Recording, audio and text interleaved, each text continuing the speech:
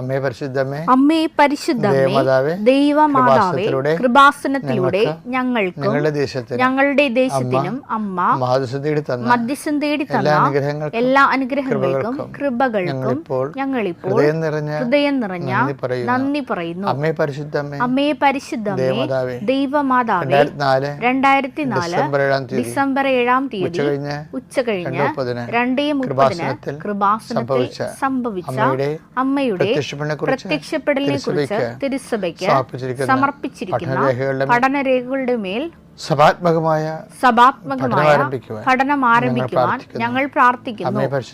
അമ്മേ പരിശുദ്ധമേ, ഭൂസ്വർ ലോകങ്ങളുടെ രാജ്ഞിയായ അങ്ങേയ്ക്ക് ഭൗമ സംരക്ഷണത്തിനായി പ്രപഞ്ച പ്രകൃതിയെ തന്നെ തിരുസഭ പ്രതിഷ്ഠിക്കുവാൻ ഈ പ്രത്യക്ഷീകരണം വഴി ഇടയാക്കണമേ.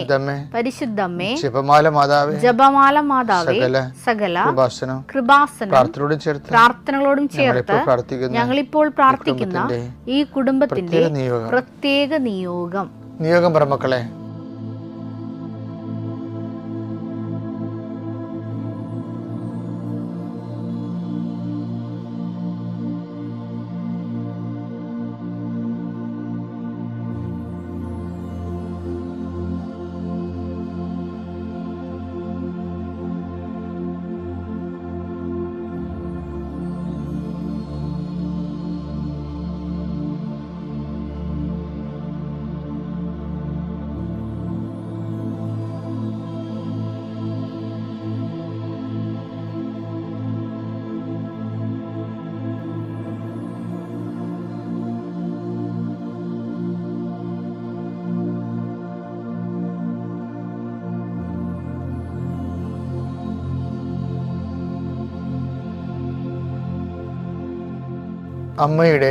അമ്മയുടെ പ്രത്യക്ഷീകരണത്തിന്റെ ഈ അനുഗ്രഹവേളയിൽ ഞങ്ങൾക്ക് സാധിച്ചു തരുവാൻ കനിയണമേ.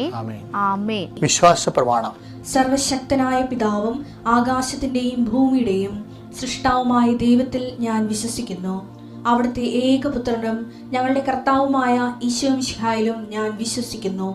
ഈ പുത്രൻ പരിശുദ്ധാത്മാവിനാൽ ഗർഭസ്ഥനായി കന്യകാമറിയത്തിൽ നിന്ന് പിറന്ന് പൊന്തിയോസ് പീലാത്തോസിന്റെ കാലത്ത് പീഡകൾ സഹിച്ച് കുരിശിൽ തറയ്ക്കപ്പെട്ട് മരിച്ച് അടക്കപ്പെട്ട് പാതാളങ്ങളിൽ ഇറങ്ങി മരിച്ചവരുടെ ഇടയിൽ നിന്ന് 3-ാം നാൾ ഉയർത്ത് സ്വർഗത്തിലേക്ക് എഴുന്നള്ളി സർവശക്തിയുള്ള പിതാവായ ദൈവത്തിന്റെ വലതുഭാഗത്തിരിക്കുന്നു. അവിടെ നിന്ന് ജീവിക്കുന്നവരെയും മരിച്ചവരെയും വിധിക്കുവാൻ വരുമെന്നും ഞാൻ വിശ്വസിക്കുന്നു. പരിശുദ്ധാത്മാവിലും ഞാൻ വിശ്വസിക്കുന്നു. വിശുദ്ധ കത്തോലിക്കാ സഭയിലും പുണ്യവാന്മാരുടെ ഐക്യത്തിലും പാപങ്ങളുടെ മോചനത്തിലും ശരീരത്തിന്റെ ഉയർപ്പിലും നിത്യമായ ജീവിതത്തിലും ഞാൻ വിശ്വസിക്കുന്നു. ആമേൻ. സ്വർഗ്ഗസ്ഥനായ ഞങ്ങളുടെ പിതാവേ, അങ്ങയുടെ നാമം പൂജിതമാകണമേ. അങ്ങയുടെ രാജ്യം വരണമേ. അങ്ങയുടെ തിരുമനസ് സ്വർഗത്തിലെ പോലെ ഭൂമിയിലും ആകണമേ. അന്നു വേണ്ടുന്ന ആഹാരം ഇന്ന് ഞങ്ങൾക്ക് തരണമേ. ഞങ്ങളോട് തെറ്റ് ചെയ്യുന്നവരോട് ഞങ്ങൾ ക്ഷമിക്കുന്നത് പോലെ ഞങ്ങളുടെ തെറ്റുകൾ ഞങ്ങളോടും ക്ഷമിക്കണമേ. ഞങ്ങളെ പ്രലോഭനത്തിൽ ഉൾപ്പെടുത്തരുതേ, തിന്മയിൽ ഞങ്ങൾ രക്ഷിക്കണമേ. ആമേൻ. നന്മ നിറഞ്ഞ മറിയമേ, സ്വസ്തി. കർത്താവ് അങ്ങയുടെ കൂടെ സ്ത്രീകളിൽ അങ്ങ് അനുഗ്രഹിക്കപ്പെട്ടവളാകുന്നു. അങ്ങയുടെ ഉദരത്തിൻ ഫലമായി ഈശോ അനുഗ്രഹിക്കപ്പെട്ടവനാകുന്നു. പരിശുദ്ധ മറിയമേ, തമ്പുരാന്റെ അമ്മേ, പാപികളായ ഞങ്ങൾക്ക് വേണ്ടി ഇപ്പോഴും ഞങ്ങളുടെ മരണസമയത്തും തമ്പുരാനോട് അപേക്ഷിക്കണമേ. ആമേൻ. കർത്താവ് നിന്റെ ഉന്നതമായ നാമത്തിന് സ്വസ്ഥം ചെയ്യുന്നു. കർത്താവ് നിന്റെ വിശുദ്ധ പൗരോഹിത്യത്തെ മഹത്വപ്പെടുത്തണമേ. കർത്താവ് സഭയിലുള്ള സാന്നിധ്യം പ്രകടമാക്കണമേ. 39 വർഷം ഞാൻ അർപ്പിച്ച കുർബാനയുടെ യോഗ്യതയാണ്. കൃപാസ്ഥാനത്താരെ ജീവനോടെ പ്രത്യക്ഷപ്പെട്ട പരിശുദ്ധ അമ്മയുടെ മാധ്യസ്ഥത്തിലെ ഞാൻ മക്കളെ കർത്താവിൻ്റെ നാമത്തിൽ ആശീർവദിക്കുന്നു. കർത്താവെ, ചില കൊച്ചു വരുമാനം കൊണ്ട് കുടുംബം ജീവിക്കുന്നുണ്ട് ഈശോയെ. അതിൻ്റെ മേലെ കർത്താവ് അതിനേക്കാൾ വലിയ കച്ചവടങ്ങളൊക്കെ വരുമ്പോൾ കച്ചവടം കുറഞ്ഞതിൻ്റെ പേരിൽ അവിടുന്ന് നിർത്തിപ്പോകേണ്ട അവസ്ഥ വന്നിട്ടുണ്ട് ഈശോയെ. പലരും പേടിച്ച് ജീവിക്കുന്നുണ്ട് ഈശോയെ. ഈശോയെ, ഒരു തൊഴിൽ സംരംഭം ചെയ്തുകൊണ്ടിരിക്കുമ്പോൾ അതിനേക്കാൾ മുതൽ അതേ ജോലി തന്നെ അവിടെ തന്നെ വന്ന് ചെയ്യണത് കാരണം കർത്താവെ, ഇനി ജീവിക്കേണ്ട കാര്യമില്ല, ഇനി എനിക്കറിയാവുന്ന തൊഴിൽ ഇതാണ്, ഇതും കൊണ്ട് എന്നെ പൊറുപ്പിക്കത്തില്ലെന്ന് വിചാരിച്ചുകൊണ്ട് മനസ്സ് നീറ് വേദനിക്കുന്നവരെ ഞാൻ പരിശുദ്ധമ്മ ദേവമാതാവിനെ ഏൽപ്പിക്കുന്നു. എൻ്റെ കർത്താവിൻ്റെ ഉന്നതമായ നാമത്തിൽ, സഭയുടെ അധികാരത്തിൽ, കുരിശടയാളത്തിൽ ദൈവശക്തി അനുഗ്രഹിക്കപ്പെടട്ടെ. കുഞ്ഞുങ്ങളില്ലാത്തവരെ, കുഞ്ഞുങ്ങൾ രോഗം വന്നിട്ടും പോകാതെ അങ്ങനെ മനസ്സും അടുത്ത് കുഞ്ഞുങ്ങളെയും കൊണ്ട് ജീവിക്കുന്ന മാതാപിതാക്കന്മാരുണ്ട്. എല്ലാ സന്തോഷവും പോയവരുണ്ട്. കുഞ്ഞുങ്ങൾ ജനിച്ചതിൻ്റെ പേരിൽ അവർക്കുണ്ടാകുന്ന മാരകമായ രോഗങ്ങൾ, മാറാത്ത രോഗങ്ങൾ കാരണം ജീവിതം തീർന്നെന്ന് വിചാരിച്ചിട്ട് ആ കുരിശിൽ ചുമന്നുണ്ടാക്കുന്നവരുണ്ട്. ഈശോയെ, അവരെല്ലാം നീ ശക്തിപ്പെടുത്തി പ്രാർത്ഥിക്കുന്നു. ഈശോയെ, നിനക്ക് താങ്ങാനാവാത്ത പ്രലോഭനം ഞാൻ നിനക്ക് നൽകത്തില്ലെന്ന് പറഞ്ഞ പോലെ കർത്താവ്, ഒരു മനുഷ്യനും താങ്ങാനാവാത്ത ദുഃഖം കൊടുത്ത് കർത്താവ് അവർ വീണപാട്ടത്തിന് കിടന്ന് അഴുകിപ്പോകാതിരിക്കാൻ കർത്താവിൻ്റെ നാമത്തിൽ കൽപ്പിക്കുന്നു. നീ എഴുന്നിരുന്ന് നടക്കുക. ദൈവവേദന സാമ്പത്തിക കടങ്ങളുള്ളവർ, ജപ്തി നടപടിയുള്ളവർ, വന്ന് പെട്ടുപോയവർ, അന്യൻ്റെ കൈകളിലെ അധ്വാനത്തിൻ്റെ ഫലങ്ങൾ അകപ്പെട്ടു പോയവർ, അത് കേസായി പോയവർ, ഭാഗോടമ്പടി നടക്കാത്തവർ, ജോലി ലഭിക്കുമെന്ന് വിചാരിച്ചിരുന്നിട്ട് അത് അങ്ങനെ ആശിച്ച് മോഹിച്ചൊക്കെ ഇരുന്നതും അതും നഷ്ടപ്പെട്ടിരിക്കട്ടെ. ഇനി എന്ത് ചെയ്യണമെന്ന് അറിയാൻ പോലെ വിഷമിക്കുന്നവർ, അങ്ങോട്ടും ഇവിടെ കുറ്റം പറഞ്ഞ് എൻ്റെ കുഴപ്പമാണ്, ഞാൻ അന്നേ പറഞ്ഞതല്ലേ എന്നൊക്കെ പറഞ്ഞുകൊണ്ട് കുറ്റം വിധിക്കാനും നമ്മളെ കൊച്ചാക്കാനും ചെറുതാക്കാനും വെറുമയാക്കാനും അനേകം പേര് നിൽക്കും. കർത്താവ്, നീ മാത്രമേ അവർക്കുള്ളെന്ന് ഓർക്കണമേ. അയൽവാസികൾ തമ്മിൽ ഭിന്നതയും പുറത്തോട്ടിറങ്ങാൻ പറ്റാത്ത അവസ്ഥയുള്ളവർ, വിറ്റ് ചുട്ട് പോയാൽ മതി, പക്ഷേ വിൽക്കാൻ ആൾക്കാർ സമ്മതിക്കണമില്ല. ആ രീതി കിടന്ന് വിഷമിക്കുന്നവരുണ്ട്. സ്ഥലം വിറ്റ് മാറാൻ പറ്റാത്തവരുണ്ട്. വഴിയില്ലാത്ത സ്ഥലം എടുക്കാത്ത അവസ്ഥകളുണ്ട്. അതുകൊണ്ട് തന്നെ കൊത്തിക്കൊണ്ട് പറക്കാനും പറ്റത്തില്ല, എടുത്ത് ഉപയോഗിക്കാൻ പറ്റാത്ത രീതിയിൽ അകപ്പെട്ടു പോയവരുണ്ട്. എൻ്റെ കർത്താവിൻ്റെ ഉന്നത നാമത്തിൽ ഇരുമ്പ് ചങ്ങലകളെ യേശുവിൻ്റെ നാമത്തിൽ അഴിഞ്ഞു മാറട്ടെ എന്ന് കൽപ്പിക്കുന്നു.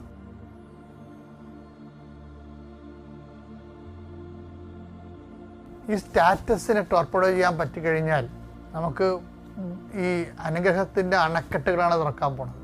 അതെന്താ കാരണം വെച്ച് കഴിഞ്ഞാൽ, അങ്ങനെ പറയാൻ കാരണം വെച്ചാൽ, ഇപ്പോൾ ഈ സാത്താനില്ലേ, സാത്താൻ യേശുവിനടുത്ത് ഉയർത്തണ വെല്ലുവിളികൾ, ചാലഞ്ചസ് എന്താണ്? സ്റ്റാറ്റസിൻ്റെ ചാലഞ്ചസാണ്. ആദ്യം സാത്താൻ ചെയ്യണത് യേശുവിൻ്റെ സ്റ്റാറ്റസിനെ ക്വസ്റ്റ്യൻ ചെയ്യും. നമ്മളെയൊക്കെ ആരെങ്കിലും സ്റ്റാറ്റസിനെ ക്വസ്റ്റ്യൻ ചെയ്താണ്ടല്ല, അപ്പം നമ്മളെ നിറം മാറും. പിന്നെ നമ്മളത് അവൻ പറഞ്ഞ തെറ്റാണെന്ന് പറയാൻ വേണ്ടി നമുക്കൊരു വെല്ലുവിളി, ഒരു പ്രലോഭനം ഉണ്ടാകും. That temptation. You are saying utter nonsense.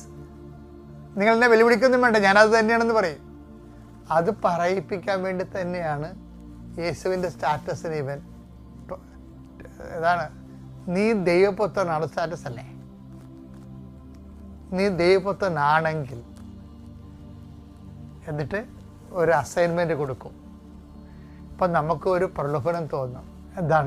എന്താ ചെയ്യാൻ സാത്താൻ ചെയ്യണത്? എന്താണ്? നമ്മൾ കല്ലുകൾ അപ്പമാക്കി കാണിക്കും. പക്ഷേ ഇനി വരാൻ പോകുന്ന ജനതയ്ക്ക് മുഴുവൻ എല്ലാവർക്കും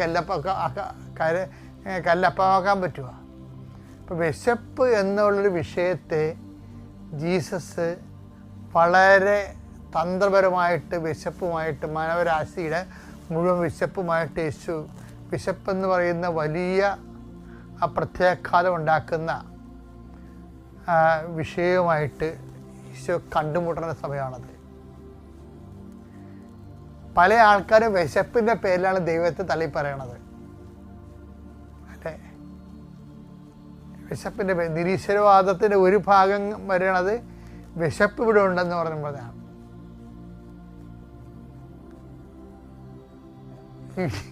യൂറോപ്പ് നിരീശ്വരവാദത്തിലേക്ക് ഇപ്പോൾ പോണത് അവർക്ക് വിശപ്പില്ലാത്തത് കൊണ്ടാണ്. ഇപ്പോൾ വിശപ്പ് അഡ്രസ്സ് ചെയ്യപ്പെടേണ്ട ഒരു കാര്യമാണ്. അപ്പോഴേ ഈശോ എന്താ പറയണത്? വിശപ്പിനെ കുറിച്ച് എന്താ പറയണത്? ലൂക്കാ 4:3 വായിച്ചേ. അപ്പോൾ പിശാച് അവനോട് പറഞ്ഞു, നീ ദേവപുത്രനാണെങ്കിൽ ഈ കല്ലിനോട് അപ്പമാകാൻ കൽപ്പിക്കുക. യേശു അവനോട് പറഞ്ഞു, അപ്പം കൊണ്ട് മാത്രമല്ല മനുഷ്യൻ ജീവിക്കുന്നത് എന്ന് എഴുതപ്പെട്ടിരിക്കുന്നു. അപ്പോൾ നമ്മുടെ സ്റ്റാറ്റസ് നമ്മൾക്ക് ഡീപ്രമോട്ട് ചെയ്യാം, പക്ഷെ വേറെ ആൾക്കാർ നമ്മളെ ഡീപ്രമോട്ട് ചെയ്യാം.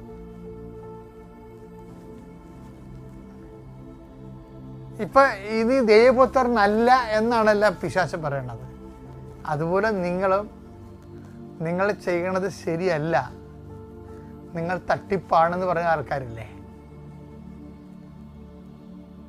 ചിലർ അങ്ങോട്ടും വഴക്കിടുമ്പോൾ നിങ്ങൾ സ്റ്റാറ്റസ് ഡീപ്രമോട്ട് ചെയ്തിട്ട് നിങ്ങൾ സൂത്രശാലിയാണ്, എനിക്ക് ഇപ്പോഴാണ് നിങ്ങളെ മനസ്സിലായതെന്നൊക്കെ ഭാര്യ ഭർത്താവിനോട് പറഞ്ഞിട്ടില്ലേ?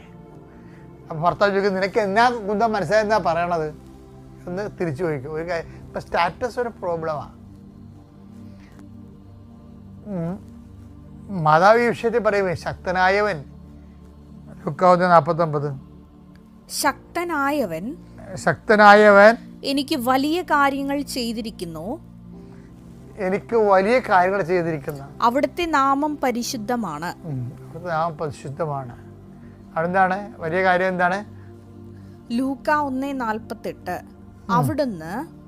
അവിടുന്ന് തന്റെ ദാസിയുടെ താഴ്മയെ കടാക്ഷിച്ചു. ദാസിയുടെ താഴ്മയെ കടാക്ഷിച്ചു. ഈ സ്റ്റാറ്റസ് മാതാവ് സ്വയമായിട്ട് ചുരുക്കി ലോ ചെയ്ത്, അതാണ് താഴ്മയെന്ന് പറയുന്നത്. മറ്റുള്ളവർ സ്റ്റാറ്റസ് ലോ ചെയ്യുമ്പോൾ നമ്മളെ സ്റ്റാറ്റസ് ഉയർത്താൻ വേണ്ടിയാണ് ആൾക്കാർ ശ്രമിക്കണത്. പക്ഷേ ആധ്യാത്മിക മാർഗം എന്ന് പറയണത് മറ്റുള്ളവർ നമ്മുടെ സ്റ്റാറ്റസ് ലോ ചെയ്യുമ്പോൾ നമ്മളും അത് അക്സെപ്റ്റ് ചെയ്ത് സ്റ്റാറ്റസ് ലോ ചെയ്യണം. എന്താ കാര്യം? ശക്തനായവൻ അവിടെ നിനക്ക് വലിയ കാര്യങ്ങൾ ചെയ്ത്, അതായത് ആ ഉയർത്തിയിരിക്കുന്നത് പറഞ്ഞാൽ ഉയർത്തിയിരിക്കണം. എന്താ പറഞ്ഞത്? ഉയർത്തിയിരിക്കണതിനെ കുറിച്ച് എന്താ പറഞ്ഞത്? ലൂക്കാ 1:52, ശക്തന്മാരെ സിംഹാസനത്തിൽ നിന്ന് മറിച്ചിട്ടു, എളിയവരെ ഉയർത്തി. എളിയവരെ ഉയർത്തി. ആരുയർത്തി? നാട്ടുകാരും വീട്ടുകാരും പാർട്ടിക്കാരും അല്ല, പിന്നെ ആരാണ്? ദൈവം. ഇപ്പം ദൈവം ആരാണ് ഉയർത്തണത്? സ്റ്റാറ്റസ് ലോ ചെയ്യുന്നവരെ ഉയർത്തും. മറ്റുള്ളവർ സ്റ്റാറ്റസ് നമ്മളെ ലോ ചെയ്യുമ്പോൾ നമ്മൾ അക്സെപ്റ്റ് ചെയ്യണം മാതാവിനെ പോലെ. അതിനെന്താ മാതാവ് ചെയ്തിരിക്കണത്? ഹൃദയത്തിൽ സംഗ്രഹിച്ചു. 2:19 എടുക്ക്. മറിയമാകട്ടെ ഇവയെല്ലാം ഹൃദയത്തിൽ സംഗ്രഹിച്ച് ഗാഢമായി ചിന്തിച്ചുകൊണ്ടിരുന്നു. ഹൃദയത്തിൽ സംഗ്രഹിച്ചെന്ന് വെച്ച് കഴിഞ്ഞാൽ എന്താ അർത്ഥം അറിയാമോ? ആ സിറ്റുവേഷൻ അക്സെപ്റ്റ് ചെയ്യുന്നതാണ്. അവരെന്താ അട്ടയന്മാരല്ലേ പറയണത്? അട്ടയന്മാരെന്താ പറയണത്? ഇതാണ് രാജശിശു, നമ്മളോട് പറഞ്ഞ പോലെ തന്നെ പിള്ളക്കച്ചയിൽ പൊതിഞ്ഞ് കിടക്കണം എന്ന് പറയും. അപ്പോൾ രാജശിശു പിള്ളക്കച്ചയിൽ പൊതിഞ്ഞ് കിടക്കുന്ന കാര്യമാണ് ഈ അപ്പോസ്തലന്മാർ സ്റ്റാറ്റസ് അല്ല, ഈ അട്ടയന്മാർ സ്റ്റാറ്റസായിട്ട് പറയണത്. മറിയമാകട്ടെ ഈ വിഷയം ഹൃദയം സംബന്ധിച്ച് അത് അക്സെപ്റ്റ് ചെയ്യുന്നത്, സ്റ്റാറ്റസ് ലോ ചെയ്ത് ദൈവം മറിയത്തിൻ്റെ സ്റ്റാറ്റസ് ലോ ചെയ്തത് മറിയം അക്സെപ്റ്റ് ചെയ്തു. അതിനാൽ ദൈവം അവനെ അത്യധികം ഉയർത്തി. 5-ാമത്തെ ദൈവരഹസ്യത്തിൽ എന്താ പറയണത്? സ്വലോകങ്ങളുടെ രാജ്ഞിയായി മുട്ടിത്തെരിപ്പിക്കപ്പെടുമ്പോൾ ഈ സ്റ്റാറ്റസ് ഉയർത്തിയ ആളെയാണ്, സ്റ്റാറ്റസ് താഴ്ത്തിയ ആളെ ദൈവം ഉയർത്തിക്കൊണ്ട് വരേണ്ടതാണ്.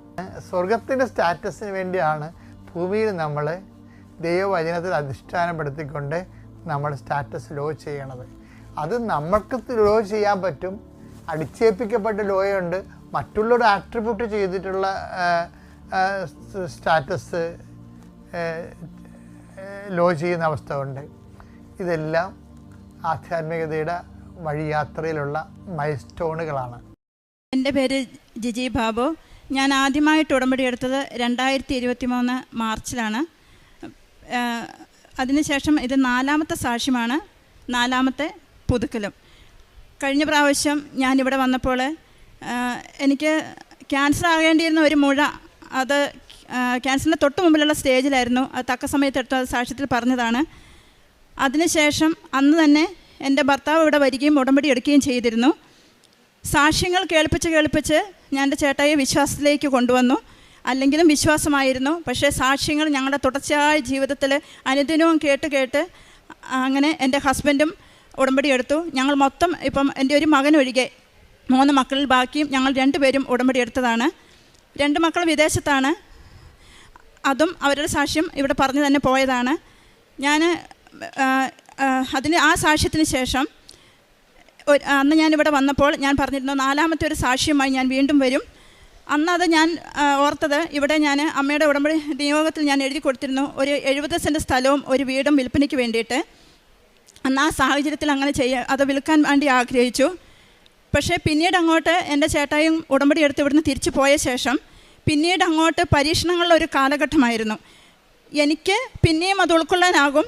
ആദ്യമായിട്ട് ഉടമ്പടി എടുത്ത ചേട്ടായിക്ക് അതൊരു പക്ഷേ ഉൾക്കൊള്ളാനാവുമോ എന്ന് ഞാനിങ്ങനെ പേടിച്ചു. തമ്പുരാനെ, വിശ്വാസത്തിൽ നിന്ന് അകന്നു പോകരുതേ എന്ന് മാത്രമാണ് ഞാൻ ആഗ്രഹിച്ചത്. പക്ഷേ എങ്കിലും ആഴമേറിയ വിശ്വാസം അദ്ദേഹത്തിനും ഉണ്ടായിരുന്നു. 25 വർഷമായിട്ട് ഞങ്ങൾ തറവാട്ടിലാണ്. പക്ഷേ ഒരു പ്രത്യേക സാഹചര്യത്തിൽ എൻ്റെ ഈ യൂട്രസ് റിമൂവ് ചെയ്യാനുണ്ടായ ഒരു സാഹചര്യത്തിൽ ചാച്ചൻ മാത്രമേ കൂടെയുള്ളൂ. ചാച്ചനെ മറ്റൊരു സഹോദരൻ്റെ വീട്ടിലേക്ക് മാറ്റേണ്ടി വന്നു, മകളുടെ വീട്ടിലേക്ക് മാറ്റേണ്ടി വന്നു. പിന്നീട് അങ്ങോട്ട് അതിനുശേഷം ഞാൻ റിക്കവർ ആയ തുടങ്ങിയപ്പോഴത്തേക്കും എൻ്റെ 3 വർഷമായിട്ടുണ്ടായിരുന്ന ഒരു കൈവേദന ഉണ്ടായിരുന്നു. ആ കൈവേദന ഓപ്പറേഷൻ്റെ തൊട്ട് മുമ്പ് തനിയെ സ്റ്റോപ്പായി. എങ്ങനെയെന്ന് എനിക്കറിയത്തില്ല. പക്ഷേ ഞാൻ ഉടമ്പടി തൈലം സ്ഥിരമായി തേക്കുന്നുണ്ടായിരുന്നു. അങ്ങനെ ഞാൻ മറന്നുപോയി. പക്ഷേ ഒരു ദിവസം പൂർണ്ണമായിട്ട് അത് നിന്നു. അതിനുശേഷം ഈ ഓപ്പറേഷൻ കഴിഞ്ഞ ശേഷം ബെഡിൽ കൊണ്ട് കിടത്തി അന്ന് തന്നെ ICU മാറ്റി എന്നെ ബെഡിൽ കൊണ്ട് വലത് കൈയിലേക്ക് ആ വേദന വന്നു. അപ്പോൾ അതിനുശേഷം 3 മാസങ്ങൾക്ക് ശേഷം ഞാനിവിടെ സാക്ഷ്യം പറയാൻ വേണ്ടി വരികയാണ്. അന്ന് ഞാൻ സത്യത്തിൽ ഈ ആധാരം അച്ഛനെ കാണിക്കാൻ വേണ്ടിയിട്ടാണ് ഞാനിവിടെ അച്ഛനെ കാണാൻ നിന്നതെങ്കിലും, സാക്ഷ്യം അന്ന് പറയുന്നതിന് മുമ്പ് അച്ഛനെ കണ്ടെങ്കിലും, പക്ഷെ ഞാൻ ആ സ്പോട്ടിൽ എന്താണെന്നറിയത്തില്ല, എന്നെക്കൊണ്ട് ആരോ പറയിപ്പിക്കുന്നത് പോലെ എൻ്റെ ഈ 3 വർഷമായിട്ട് ഈ കൈവേദന എന്ന് പറഞ്ഞാൽ നമുക്ക് ചിന്തിക്കാൻ അപ്പുറത്തായിരുന്നു. ഞാൻ പലതരത്തിലുള്ള ആശങ്കകളിലായിപ്പോയി. ഈ കൈവേദന വാദമാണോ, ഈ ആമവാദം എന്ന് പറയും, വാദത്തിൽ ഏറ്റവും കൂടിയൊരു വാദമാണ് ആമവാദം. അതേ ലക്ഷണങ്ങൾ എൻ്റെ ശരീരത്തിൽ പ്രകടമായി തുടങ്ങി. അപ്പോൾ ഞാൻ സ്വന്തമായിട്ട് തന്നെ ടെസ്റ്റ് ചെയ്ത് നോക്കി. അപ്പോൾ അതിനകത്തൊന്നും കാണിക്കുന്നില്ല, റിസൾട്ടീവ് നെഗറ്റീവാണ്. അപ്പോൾ ഞാനിവിടെ ആധാരം കാണിച്ച് ആ സമയത്ത് എന്നോട് ആരോ പറയുന്നത് പോലെ തോന്നി, അച്ഛനോടൊന്ന് എന്താണെങ്കിലും. അപ്പം ഞാൻ വിചാരിച്ചു, ദൈവമേ, ആധാരം കാണിക്കാനാണല്ലോ ഞാൻ വന്നത്, ഇത് പിന്നെ ഞാൻ എങ്ങനെ ഇത് പറയും? എങ്കിലും വേണ്ടില്ല, ഞാൻ അച്ഛൻ തിരിഞ്ഞപ്പോഴത്തേക്ക് ഞാൻ പറഞ്ഞു, അച്ഛാ എൻ്റെ കൈക്ക് ഭയങ്കര വേദനയാണ്, അച്ഛനൊന്ന് കൈക്ക് തൊട്ട് പ്രാർത്ഥിക്കണമെന്ന് പറഞ്ഞു. ബഹുമാനപ്പെട്ട ജോസഫ് അച്ഛൻ എൻ്റെ കൈ സത്യം പറഞ്ഞാൽ എനിക്ക് അച്ഛൻ്റെ നേരെ നീട്ടാൻ പോലും എനിക്ക് പറ്റുന്നില്ല. കൈ നീട്ടുക എന്നുള്ളത് ഏറ്റവും വലിയ ദുഷ്കരം. സ്വന്തമായിട്ട് ഒരു ഡ്രസ്സ് ചേഞ്ച് ചെയ്യാൻ പോലും എന്നെക്കൊണ്ട് പറ്റില്ല, അതിന് പരസഹായം വേണം. ഞാൻ ആ കൈ അച്ഛൻ്റെ കൈകളിൽ അച്ഛൻ ഈ കൈ താങ്ങിക്കൊണ്ട് തന്നെ പരിശുദ്ധ അമ്മയെ നോക്കി 10 മിനിറ്റ് അച്ഛൻ നിന്ന ശേഷം ഒന്നുമില്ല എന്നാണ് എന്നോട് കൈ കൊണ്ട് ആംഗ്യം കാണിച്ചത്. അപ്പോൾ ആ ഒരു വിശ്വാസത്തിൽ ഞാൻ പോയി. അതുവരെ കൈ പൊക്കി ഒന്ന് സ്തുതിക്കാൻ പോലും ചിലപ്പോൾ ഞാൻ ഓർക്കാറുണ്ട്, ഈ കൈകളുണ്ടെന്ന് എനിക്ക് സ്തുതിച്ച് പ്രാർത്ഥിക്കാൻ പോലും പറ്റാറില്ലല്ലോ എന്ന്. അപ്പോൾ അതിനുശേഷം എൻ്റെ കൈ പൊങ്ങി, എൻ്റെ പ്രാഥമിക ആവശ്യങ്ങൾ പോലും എൻ്റെ വലത് കൈയായിട്ട് നിർവഹിക്കാൻ പറ്റുകയില്ലായിരുന്നു. അച്ഛൻ കണ്ട് ബ്ലസ് ചെയ്ത ശേഷമാണ് എനിക്ക് ആ ഒരു രോഗശാന്തി എനിക്ക് കിട്ടിയത്. പിന്നീട് വേദനകളുണ്ടെങ്കിലും എനിക്ക് സഹിക്കുവാനുള്ള കൃപ നന്നായിട്ട് എനിക്ക് കിട്ടി. എനിക്ക് സഹിക്കാൻ പറ്റുന്നതിനപ്പുറമായിരുന്നു അതിനു മുമ്പ്. പിന്നീട് വേദന വരുമെങ്കിലും അത് വന്നു പോയിക്കൊണ്ടേയിരുന്നുള്ളൂ, സ്ഥിരമായിട്ട് എന്നെ ശല്യപ്പെടുത്താറില്ല. അങ്ങനെ എനിക്ക് ആ ഒരു വലിയൊരു രോഗസൗഖ്യം എനിക്ക് കിട്ടി. അതിനുശേഷം ഞങ്ങളുടെ തറവാട് വീതം 25 വർഷമായിട്ട് എഴുതി തരാതെ ഇരിക്കുന്ന ഒരവസ്ഥയിലായിരുന്നു. ചേട്ടായി പണിത വീട് പോലും ഈ എഴുതി തരാത്ത സ്ഥലത്തായിരുന്നു ഉണ്ടായത്. അത് എഴുതി മേടിച്ചിട്ടില്ലായിരുന്നു. സത്യത്തിൽ അതൊരു വിശ്വാസത്തിൻ്റെ പുറത്തായിരുന്നു. എന്താണെങ്കിലും ഞങ്ങളാണ് അവിടെ ഉള്ളത്. പക്ഷേ കാര്യങ്ങളൊക്കെ തകടം മറിഞ്ഞു തുടങ്ങി. എല്ലാവർക്കും ആ ഒരു സ്ഥലം മാത്രം മതി. പലരും അത് മാത്രം കണ്ണുവെച്ചു. അപ്പോൾ എല്ലാവരും വിചാരിച്ചു, ഇത് എഴുതി തരാത്ത സ്ഥിതിക്ക് ഒരുപക്ഷെ ഞങ്ങൾ എപ്പോൾ വേണമെങ്കിലും ഞങ്ങൾക്ക് അവിടെ നിന്ന് ഇറങ്ങി കൊടുക്കേണ്ടി വരും. ചാച്ചൻ അതിനോട്ട് സമ്മതിക്കുന്നുമില്ല. ഒരു തരത്തിലും അതിനൊരു അനാസ്ഥ വന്നു തുടങ്ങി. അപ്പോൾ എനിക്ക് ആകെ ചെയ്യാനുണ്ടായിരുന്ന നമ്മുടെ ഉടമ്പടി ഉപ്പ് പറമ്പിൻ്റെ 4 മൂലയ്ക്കും കൊണ്ടയിട്ടു. ഇനി അഥവാ അമ്മേ, ഈ വെച്ച വീട് പോലും ഞങ്ങൾ വിട്ടുകൊടുക്കാൻ തയ്യാറാണ്, ഞങ്ങൾക്ക് വീതം പോലും വേണ്ട, അത് പങ്കിട്ടെടുത്തോട്ടെ, ആര് വേണമെങ്കിലും എടുത്തോട്ടെ, പക്ഷേ ഇതൊന്നും ആരും അറിയുന്നില്ല. വിട്ടുകൊടുക്കാൻ തയ്യാറാകുന്നതോ ഒന്നും ആരും തയ്യാറാകാതെ പലതരത്തിലുള്ള പ്രശ്നങ്ങളിൽ കൂടെ ഞങ്ങൾ കടന്നുപോയി. അപ്പോൾ എന്നെ അറിയാവുന്ന 2-3 സുഹൃത്തുക്കൾ പറഞ്ഞു, നിങ്ങളുടെ ആ നിരപരാധിത്വം ഒന്ന് വെളിപ്പെടുത്തുക, ഇങ്ങനെയാണ് അവസ്ഥയുള്ളത്, ഞങ്ങളുടെ കയ്യിൽ ആധാരമോ ഒന്നുമില്ല, പക്ഷേ എന്നിട്ടും ഞങ്ങൾ പലതരത്തിലുള്ള കുറ്റപ്പെടുത്തലിലൂടെ കടയിലൂടെ കടന്നുപോയി. പക്ഷേ അന്നേരം എനിക്ക് ധൈര്യം പകരാൻ, ഞാൻ നിൻ്റെ കൂടെ ഉണ്ട് എന്ന്, നീ ശാന്തമായി ഇരുന്നാൽ മതി, ഞാൻ ആരോടൊന്നും പറയാൻ പോയില്ല. പക്ഷേ എനിക്ക് രംഗം കൈവിട്ട് പോകുമെന്ന് കണ്ടപ്പോൾ ഞാൻ വ്യക്തിയോട് കാര്യങ്ങൾ തുറന്നു പറഞ്ഞപ്പോഴാണ് അവർ പോലും അറിയുന്നത് ഇങ്ങനെയാണ് അവസ്ഥയുള്ളത്. അപ്പോൾ ഒരാൾ എന്നോട് പറഞ്ഞു, നീ ഇങ്ങനെ വെച്ചുകൊണ്ടിരുന്നിട്ട് കാര്യമില്ല, കാര്യങ്ങൾ എല്ലാവരും അറിയട്ടെ, നിങ്ങളുടെ അടുത്ത് പ്രശ്നങ്ങളില്ല എന്നുള്ളത്, നിങ്ങൾ വിട്ടുകൊടുക്കാൻ തയ്യാറാണ് എന്നുള്ളത്. അപ്പോൾ ഞാൻ പറഞ്ഞു, തമ്പുരാനെ ക്രൂശിലേറ്റിപ്പോൾ തമ്പുരാൻ പറഞ്ഞില്ലല്ലോ ഞാൻ ലോകരക്ഷകനാന്നുള്ളത്, അത് കാലം തെളിയിക്കേണ്ട ഒരു സത്യമാണ്, അതുപോലെ തന്നെ ഇതും കാലം തെളിയിച്ചോളും ഞങ്ങളുടെ നിരപരാധിത്വം എന്ന് പറഞ്ഞു. പിന്നെ എനിക്ക് തോന്നി, ഞാനവിടെ ശാന്തമായിട്ടിരുന്നു.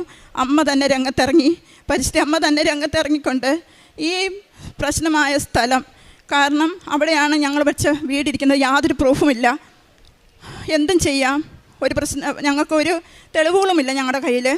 അപ്പോൾ അമ്മ തന്നെ. അപ്പം ഞാൻ ഒരു പ്രത്യേക സാഹചര്യത്തിൽ എൻ്റെ ചാച്ചന് ആ വേറെ വീട്ടിൽ വെച്ച് തന്നെ BP കൂടി സ്ട്രോക്ക് വന്ന അരയ്ക്ക് കീപ്പോട്ട് തളരുകയും ഞാൻ ആ സമയത്ത് ചാച്ചനെ കാണാൻ വേണ്ടി അവിടെ എത്തുകയും ചെയ്തു. അപ്പോൾ എപ്പോൾ നടക്കുമ്പോഴും എൻ്റെ കയ്യിൽ ഈ ഉടമ്പടി തൈലം കാണും. അന്നും എൻ്റെ കയ്യിലുണ്ടായിരുന്നു. പ്രശ്നത്തിൻ്റെ നടുവിലേക്കാണ് ഞാൻ ചെന്നെങ്കിലും പോരാനിറങ്ങിയപ്പോൾ ഞാൻ എൻ്റെ ചാച്ചൻ്റെ നെറ്റിയിലും നടുവിനും ആ തൈലം തേച്ചിട്ട് ഇത്രയേ പറഞ്ഞുള്ളൂ, അമ്മയെ നോക്കിക്കോണേ എന്ന് മാത്രം പറഞ്ഞു. ഞാൻ തിരിച്ച് വീട്ടിലേക്ക് പോന്നു. വളരെയധികം സങ്കടത്തോടു കൂടിയാണ് തന്നെയാണ് പോകുന്നത്. ഇനിയുള്ള കാര്യങ്ങൾ എന്താകുമെന്നൊന്നും അറിയത്തില്ല. എന്താണെങ്കിലും അമ്മയിൽ ആശ്രയിച്ചുകൊണ്ട് തന്നെ മുന്നോട്ട് നടന്നു. 2 ദിവസത്തിനുള്ളിൽ ചാച്ചൻ എൻ്റെ വീട്ടിലേക്ക് തിരികെ എത്തി. അവിടുന്ന് തളർന്ന് കിടന്ന കിടപ്പിൽ ഒരു സ്പൂൺ കഞ്ഞി കൊടുക്കണമെങ്കിൽ പോലും കട്ടിലിൻ്റെ സ്ക്രൂ പൊക്കി വേണം, ഹെഡ് ഉയർത്തിയിട്ട് വേണമായിരുന്നു കൊടുക്കണമെങ്കിൽ. ആ ചാച്ചൻ ഉടമ്പടി തൈലം തൂത്ത് 2 ദിവസത്തിനുള്ളിൽ 90 വയസ്സായ ചാച്ചൻ തനിയെ എഴുന്നേറ്റിരിക്കുകയും പിടിച്ചിട്ടാണെങ്കിലും 2 സ്റ്റെപ്പ് നടന്ന് ഞങ്ങളുടെ ഹാളിലേക്ക് വന്നിരിക്കുകയും ചെയ്തു. സ്വന്തമായിട്ട് ഭക്ഷണം കൊടുത്താൽ കഴിക്കാവുന്ന സ്ഥിതിയിലായി. അത് അമ്മ തന്നൊരു പ്രത്യേക അനുഗ്രഹമാണ്. കാരണം അതും ഒരു തിരിച്ചറിവിൻ്റെ സത്യമായിരുന്നു. കാരണം ചാച്ചൻ പോലും എന്നെ പലപ്പോഴും കളിയാക്കിയിട്ടുണ്ട്. നീ എപ്പോഴാണ് ആലപ്പുഴയിലേക്ക് പോകുന്നേ എന്നൊക്കെ ചോദിച്ച് എന്നെ കളിയാക്കിയിട്ടുണ്ട്. ആ മനുഷ്യൻ തന്നെ പറയാനിടയായി. എനിക്കത് കേൾക്കാനിടയായി. കാരണം നീ എൻ്റെ തലയിൽ ഉടമ്പടി നിൻ്റെ തൈലം തൂത്തപ്പോൾ എന്നിലുണ്ടായിരുന്ന എല്ലാ പൈശാചികതയും പോയിന്ന് ആ മനുഷ്യൻ തന്നെ എന്നോട് പറയുകയാണ്.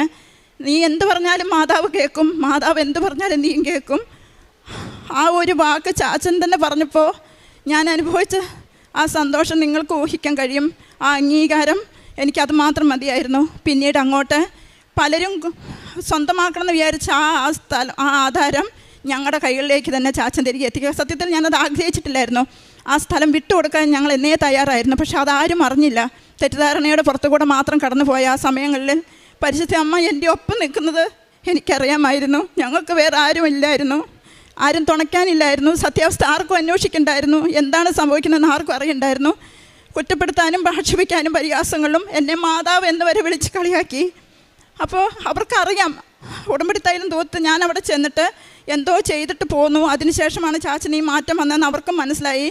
അവരെന്നെ മാതാവെന്നും പലതരത്തിൽ കൃപാസനവുമായിട്ട് ബന്ധപ്പെട്ട് ഏതെല്ലാം തരത്തിൽ എന്നെ അപമാനപ്പെടുത്താവോ, മുറിവേറ്റ വാക്കുകൾ അതെനിക്ക് പറയാൻ പോലും ഇതിനിപ്പോൾ ശക്തിയില്ല. അത്രയും വാക്ക് പറഞ്ഞ ആ മനുഷ്യൻ എൻ്റെ വീട്ടിലേക്ക് 2 പ്രാവശ്യം കയറി വരാനിടയായി. ഇന്ന് ഞാൻ കൃപാസനത്തിൽ ഇവിടെ വന്ന് നിൽക്കുമ്പോൾ ഇന്നലെ ആ മനുഷ്യൻ എൻ്റെ വീട്ടിലേക്ക് കയറി വരാനിടയായി. അത് അമ്മ എന്നെ ഒന്ന് അളന്നത് തന്നെയായിരുന്നു. കാരണം എനിക്ക് സാഹചര്യം ഉണ്ടായിരുന്നു, അതിലപ്പുറം തിരിച്ചടിക്കാനുള്ള സാഹചര്യം എനിക്ക് തന്നിരുന്നു. പക്ഷെ ഞാൻ അതൊന്നും ഓർക്കാതെ തന്നെ ഞാൻ മറന്ന് കളഞ്ഞു, ക്ഷമിച്ചു. അങ്ങനെ ആ ഒരു ആധാരം കൂടെ എൻ്റെ കൈകളിലേക്ക്, എൻ്റെ ചേട്ടയുടെ കൈകളിലേക്ക് വെച്ച് കൊടുത്തു. അങ്ങനെ ആ ഒരു വലിയൊരു പ്രശ്നത്തിൽ നിന്ന് കരകയറാൻ പറ്റി. ഇന്ന് ഒരു മകനൊഴികെ ബാക്കി എല്ലാവരും ഞങ്ങളെല്ലാവരും ഉടമ്പടി എടുത്തവരാണ്. ആ വിശ്വാസത്തിലുള്ള കാരണം 2023 ഞാൻ ഈ ഉടമ്പടി എടുക്കുമ്പോൾ ശരിക്കും ഒരു കുഞ്ഞ് പിറന്നു വീഴുന്നത്, വിശ്വാസജീവിക്കൽ പിറന്നു വീഴുന്നു എന്നതുപോലെ പിച്ച വെച്ച് നടന്ന്, അതിനു മുമ്പ് ഞാനൊരു ക്രിസ്ത്യാനി അല്ലാത്തത് കൊണ്ടോ ഒരു വിശ്വാസം എനിക്ക് ഇല്ലാത്തതുകൊണ്ടല്ല, പരിസ്ഥിതി അമ്മയെ അറിയാത്തത് കൊണ്ടല്ല, ശരിക്കും പറഞ്ഞാൽ ഞാൻ 2023 വിശ്വാസ ജീവിതത്തിലേക്ക് ജനിച്ചെന്ന് എനിക്ക് ഉറപ്പ് പറയാൻ പറ്റും. ഇന്ന് പിച്ച വെച്ച് നടന്ന് നിവർന്ന് ഞാൻ നേരെ നിൽക്കുന്നുണ്ടെങ്കിൽ അത് ആ ഉടമ്പടിയുടെ ഒരൊറ്റ ബലമാണ്. ഇന്ന് എന്ത് വന്നാലും ഞങ്ങൾ മനസ്സിലോർക്കും, തമ്പുരാനെ ഈ ഉടമ്പടി അമ്മ ഇവിടെ പ്രത്യക്ഷപ്പെട്ട് ഈ ഉടമ്പടി കൈമാറിയില്ലായിരുന്നെങ്കിൽ പിന്നെ ജോസഫ് അച്ഛനെ സ്വപ്നത്തിൽ കാണാൻ എനിക്കിടയായി. ഈ പ്രശ്നങ്ങൾ കൂടെ കടന്നു പോകുമ്പോൾ ജോസഫ് അച്ഛൻ കാണുകയും അച്ഛൻ എന്നോട് ഒരു വാക്കാണ് പറഞ്ഞത്. ഞാൻ എന്തൊക്കെയോ സങ്കടങ്ങൾ പറഞ്ഞ് അച്ഛനെ നോക്കി പൊട്ടിക്കരഞ്ഞപ്പോൾ അച്ഛൻ ആ സ്വതസിദ്ധമായ ചിരിയോടുകൂടി എൻ്റെ തലയിൽ തഴുകി വെച്ച് ഇത്രമാത്രം പറഞ്ഞു, മാതാവ് നിന്നെ അനുഗ്രഹിക്കും. എനിക്കൊന്നും മനസ്സിലായില്ല. 2 ദിവസം കഴിഞ്ഞു. തൊട്ടടുത്ത ദിവസങ്ങൾ തന്നെ പരിശുദ്ധ അമ്മയെ ഞാൻ ഇതേപോലെ തന്നെ ഇതേ ഡ്രസ്സിൽ അമ്മ എൻ്റെ വീട്ടിൽ വന്നു. എൻ്റെ വീടിൻ്റെ തൂണ് തൂക്കുന്നതായിട്ട് ഞാൻ സ്വപ്നം കണ്ടു. അപ്പോൾ ഞാൻ ഓർത്തു വീട് വിൽക്കാനായിട്ടുണ്ട് എന്നാണ്. സത്യത്തിൽ ആ വീട് നിന്നിരുന്ന സ്ഥലം പോലും ഞങ്ങളുടെ അല്ലായിരുന്നു. അമ്മ ആ തൂണ് ഉറപ്പിച്ച് നിർത്തിയതാണ്. മാതാവ് നിന്നെ അനുഗ്രഹിക്കുന്നു പറഞ്ഞപ്പോൾ എനിക്ക് സംശയം തോന്നി, എന്തിൻ്റെ പേരിലാണ്, ഇനി എങ്ങനെയാണ് അനുഗ്രഹം? എൻ്റെ മക്കളിലൂടെ അതൊന്നും എനിക്കിവിടെ പറയാൻ പറ്റില്ല, മക്കൾ കൂടെ ഇല്ല. ഒരുപാട് അനുഗ്രഹങ്ങൾ എനിക്ക് മക്കളിലൂടെയാണ് എനിക്ക്, കാരണം മാതാപിതാക്കളുടെ അനുഗ്രഹം മക്കളിലൂടെയാണെന്ന് ഞാൻ പറഞ്ഞു കേട്ടിട്ടുണ്ട്. അതുപോലെ പറഞ്ഞു മാതാവിൻ്റെ സ്വപ്നത്തെ കാണാനിടയായി. അപ്പോൾ എനിക്ക് ഈ ഒരു കാര്യം മാത്രം മതി എൻ്റെ ജീവിതം മുന്നോട്ട് കൊണ്ടുപോകാൻ. ഞാൻ എപ്പോഴും എന്തെങ്കിലും നിരാശ പ്രതിസന്ധികൾ വരുമ്പോൾ ഞാൻ ഓർക്കും, അച്ഛനെ ഞാൻ സ്വപ്നം കണ്ടത്, മാതാവിനെ ഞാൻ സ്വപ്നം കണ്ടത്. അച്ഛൻ എന്നോട് മാതാവ് അനുഗ്രഹിക്കുന്ന ആ ഒറ്റ വാക്കിൻ്റെ ബലത്തിലാണ് ഞാൻ ചില ദിവസങ്ങളിൽ കഴിഞ്ഞു പോകുന്നത്. അതുപോലെ എൻ്റെ ചേച്ചിക്ക് തൊണ്ടയ്ക്കൊരു തടസ്സം, ഭക്ഷണം കഴിക്കുമ്പോൾ വേദനയേക്കാൾ ഉപരി ഭയങ്കര തടസ്സമായിരുന്നു. അപ്പോൾ ഡോക്ടർ പറഞ്ഞു ക്യാമറ വെച്ച് നോക്കണം. അപ്പം ഞങ്ങൾക്ക് പെട്ടെന്ന് വിഷമായി, എന്തെങ്കിലും മാരകമായ പ്രശ്നങ്ങളാണോ, അതാണല്ലോ നമുക്ക് ആദ്യം ചിന്ത വരുള്ളൂ. അപ്പോൾ ഞാൻ പറഞ്ഞു എന്തായാലും നമ്മൾ ഉടമ്പടിയിലല്ലേ, ഒട്ടും പേടിക്കണ്ട, ഡോക്ടർ എന്ത് വേണമെങ്കിലും പറഞ്ഞോട്ടെ, ഉടമ്പടി തൈലം തൂത്തോണ്ടിരുന്നു. അങ്ങനെ പുള്ളി തുടർച്ചയായിട്ട് തൂക്കുകയും 2 ആഴ്ചയോളം അനുഭവിച്ചതാണ് ആ വിഷമം. അത് ഒരു പ്രത്യേക ഒരു അവസ്ഥയായിരുന്നു. പക്ഷേ ആ ഉടമ്പടി തൈലം തൂത്ത് പ്രാർത്ഥിച്ചതിൻ്റെ പേരിൽ ചേച്ചിക്ക് ഒരുപാട് പൂർണ്ണമായിട്ടെന്ന് പറഞ്ഞതുപോലെ കുറഞ്ഞു. പിന്നീട് ഡോക്ടറെ അടുത്ത് ചെന്നപ്പോൾ ചെക്കപ്പ് ചെയ്ത് ക്യാമറ വെച്ച് നോക്കിയപ്പോൾ തൊണ്ടയിൽ യാതൊരു പ്രശ്നമില്ല എന്നുള്ളതാണ് പറഞ്ഞത്. അങ്ങനെ ഉടമ്പടി ഉപ്പ് കഴിക്കുമായിരുന്നു. ഉടമ്പടി ഉപ്പ് ഭക്ഷണത്തിലും അല്ലാതെയും കഴിക്കാറുണ്ടായിരുന്നു. തൈലം ദിവസവും തൊണ്ടയിൽ തൂക്കുമായിരുന്നു. പിന്നെ പ്രേക്ഷിത പ്രവർത്തനം എന്ന് പറയുമ്പോൾ ഞങ്ങൾ 2 പേരും ഗവൺമെൻറ് ഹോസ്പിറ്റലിൽ പോയി ഭക്ഷണം കൊടുക്കുകയും, കാരണം എൻ്റെ ജീവിതം തന്നെ സാക്ഷ്യമാക്കിക്കൊണ്ട് ഞാൻ അവരോട് പറഞ്ഞാണ് ഞാൻ പത്രം കൊടുക്കുന്നത്. ക്രൈസ്തവരുടെ പ്രത്യേകിച്ച് ഓട്ടോ സ്റ്റാൻഡുകളിൽ, മറ്റുള്ള ഇടകളിൽ. ഇനിയിപ്പോൾ അൽമായർ പോലും ആണെങ്കിൽ പത്രം മേടിക്കാത്തൊരു വല്ലാത്ത മുഖം തിരിക്കുന്ന അവസ്ഥയിൽ നിങ്ങൾക്ക് അതിനുള്ള ദൈവകൃപ ഇല്ലാത്തതുകൊണ്ടായിരിക്കാം എന്ന് പറയേണ്ട ഒരു സാഹചര്യം പോലും എനിക്ക് ആരാണ് പറഞ്ഞതെന്ന് എനിക്കിപ്പോഴും ഓർമ്മയില്ല. ഞാൻ അങ്ങനെ പറഞ്ഞിട്ടുണ്ട്. അങ്ങനെ കാരണം ചിലർ കൈനീട്ടി മേടിക്കും, ചിലർ മുഖം തിരിച്ചു പോകും. അങ്ങനെയുള്ളിടത്ത് ഞാൻ നമ്മുടെ ഇടയിൽ മാത്രം കൊടുക്കാതെ അക്രൈസ്തവരിലാണ് അധികം കൊടുക്കുന്നത്. പിന്നെ പറ്റുന്നത് പോലെ മുന്നിൽ വരുന്നവർക്ക് അല്ലെങ്കിൽ അർഹതയുള്ളവർക്ക് സഹായം ചെയ്യാറുണ്ട്. ഓർഫനേജുകളിലും മറ്റുള്ള അനാഥാലയങ്ങളിലൊക്കെ പോകാറുണ്ട്. പരിശുദ്ധ അമ്മ ജീവനോടെ പ്രത്യക്ഷപ്പെട്ട ഈ അൾത്താരയിൽ കയറി നിൽക്കുവാൻ ഭാഗ്യം ലഭിച്ചതിന് പരിശുദ്ധ അമ്മയ്ക്കും ഈശോയ്ക്കും ഒത്തിരി നന്ദി പറയുന്നു. 2023 ജനുവരി 31 ഞാൻ ഉടമ്പടി എടുത്തത്. ഇതെൻ്റെ 6ാമത്തെ പുതുക്കലാണ്.